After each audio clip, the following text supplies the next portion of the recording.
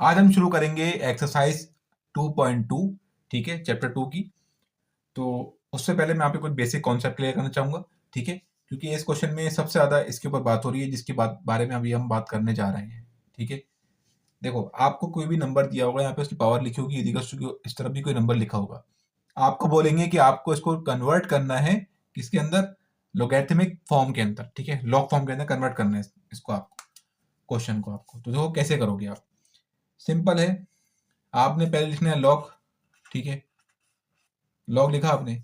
अब जो यहाँ पे जो बेस है ना, आपको पता है कि बेस है, इसकी पावर है, ये जो बेस लिखी हुई है इसको आपने लिख देना है लॉग के नीचे छोटा सा ऐसे, ठीक है।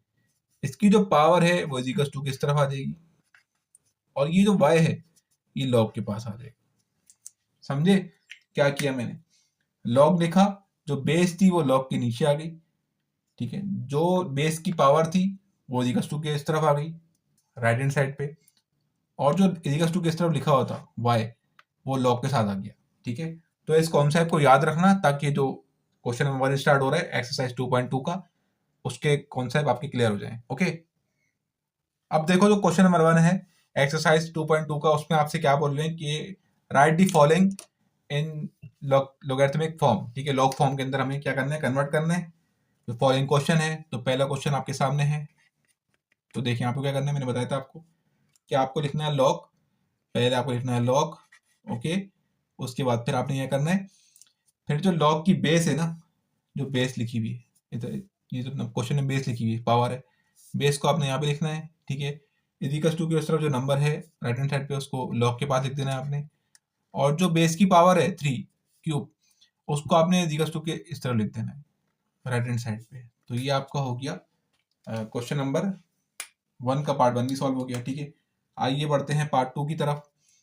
तो पार्ट 2 आपके पास जो क्वेश्चन है वो है 3 - 4 पावर में इक्वल्स टू 1/81, ठीक है ना।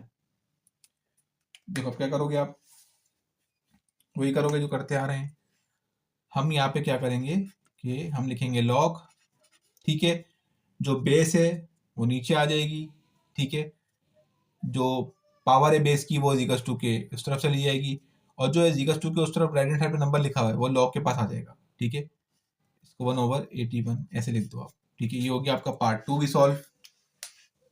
तो देखें पार्ट 3 क्या आपके पास, पार्ट 3 आपके पास है, क्वेश्चन है पार्ट 3, 10 की power -3 is equals to 0.001, okay.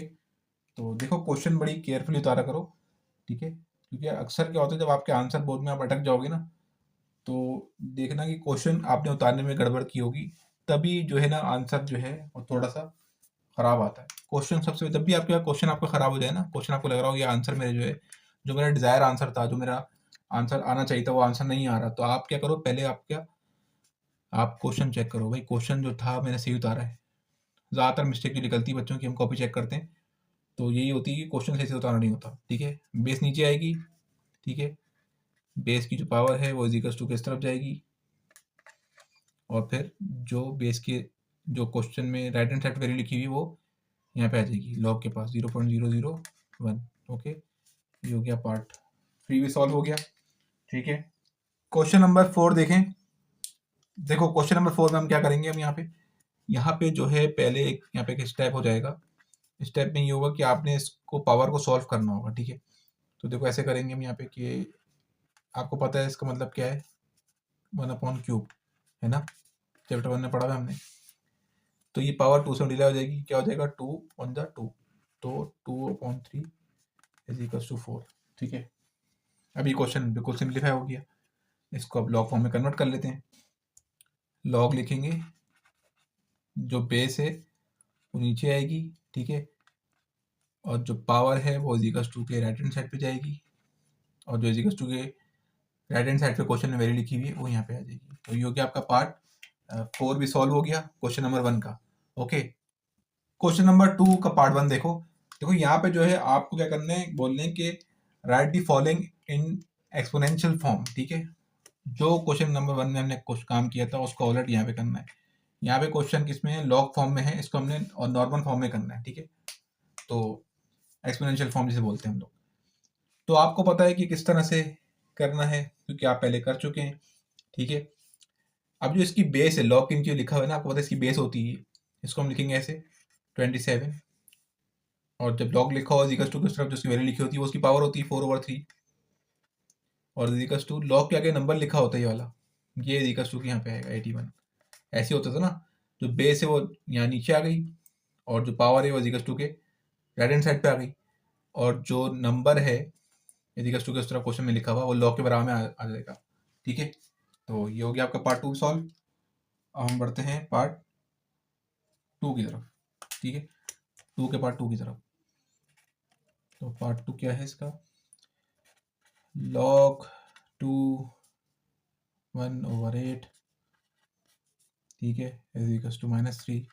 कोशिश करो कि ये खुद सॉल्व करो, जब आपको जो मैं समझाया क्वेश्चन नंबर 1 उसको करने के बाद ये क्वेश्चन खुद सॉल्व करो, ठीक है। देखो अब क्या करोगे आप, ये आपको पता है बेस है ना, ये बेस लिखी हुई है, ये कहाँ पे आ जाएगी, ये नीचे आ जाएगी, ये हम लिखेंगे नीचे, ठीक है। और फिर जो इक्वल टू की तरफ वैल्यू लिखी है वो उसकी पावर बन जाएगी बेस की, और जो लॉग के आगे नंबर लिखा हुआ है वो इक्वल टू के राइट हैंड साइड पे आ जाएगा। ये होगी आपका पार्ट 2 भी सॉल्व, ठीक है। अब हम आते हैं किसकी तरफ, आते हैं पार्ट नंबर 3 की तरफ, ठीक है। 4 पार्ट है इसके भी, तो तीसरा पार्ट करते हैं इसका। तीसरा पार्ट है आपका, ठीक है, तीसरा पार्ट क्या है भाई, लॉग, ओके। आप क्या करोगे, 10 लिखोगे, तो नीचे का 10 लिखोगे, ठीक है। तो इक्वल टू के तरफ नंबर लिखा की पावर बना दोगे, ठीक है, और जो लॉग के आगे वैल्यू लिखी है वो इक्वल टू के तरफ लिख दोगे, ठीक है। ये पार्ट 3 भी सॉल्व हो गया। पार्ट 4 में चाहूँगा आप लोग खुद सॉल्व करें, ठीक है। ये मैं इसलिए बार बार बात बोल रहा हूँ ताकि आप लोगों को क्वेश्चन सॉल्व करना आ जाए ना, ठीक है।